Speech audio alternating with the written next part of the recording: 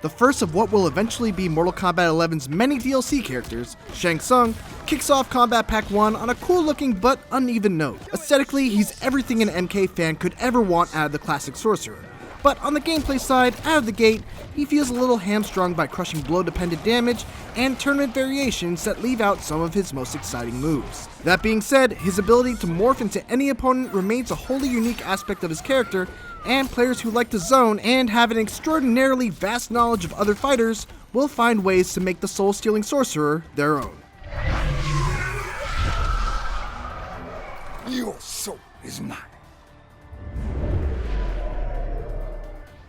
But before we get into any of the gameplay, the obvious big win with Shang Tsung is that he is brought to life impeccably by Cary Hiroyuki Tagawa, who of course portrayed him in the live-action Mortal Kombat movies from the 90s. This Easter egg fares infinitely better than the stunt casting of Ronda Rousey as Sonya Blade, not only for the nostalgia value, but also because he embodies the character perfectly. Every word Shang Tsung speaks feels like it's dripping with venomous and evil intent. I will torment you for eternity. Do your worst, Shang Tsung. And now a taste of things to come. NetherRealm also did a fantastic job on his various skins, featuring options for Young Shang, Old Shang, and even Movie Shang, complete with his slick dragon jacket. When it comes to his moveset, he's got all of his usual tools. The ground fireballs that can be comboed into each other, straight fireballs that can be fired 3 at a time, along with the exciting new ability to morph into fan-favorite characters like Rain, Ermac, Reptile, and Smoke to use some of their most iconic moves.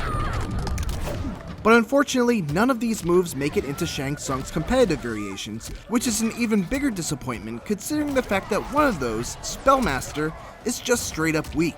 It takes away 3 of his best projectiles in his Fireball, Ground Fireball, and Corpse Drop, replacing them with a life-restoring move, a slower projectile, and another move that can be amplified for a stunning Soul Blast. If you don't play ranked or competitive, then this doesn't mean much, but for those looking to adopt Shang Tsung as a main, it's a bummer to not be able to use one of the most hyped up aspects of his character where it counts. Shang Tsung's aforementioned ability to morph into his opponent is his most interesting trait, as he not only gets a power buff when he's transformed, but he also gains access to his opponent's crushing blows in addition to his own. That makes him an extra dangerous pick against characters like Garrus, Scorpion, and others with high damage and easy crushing blows.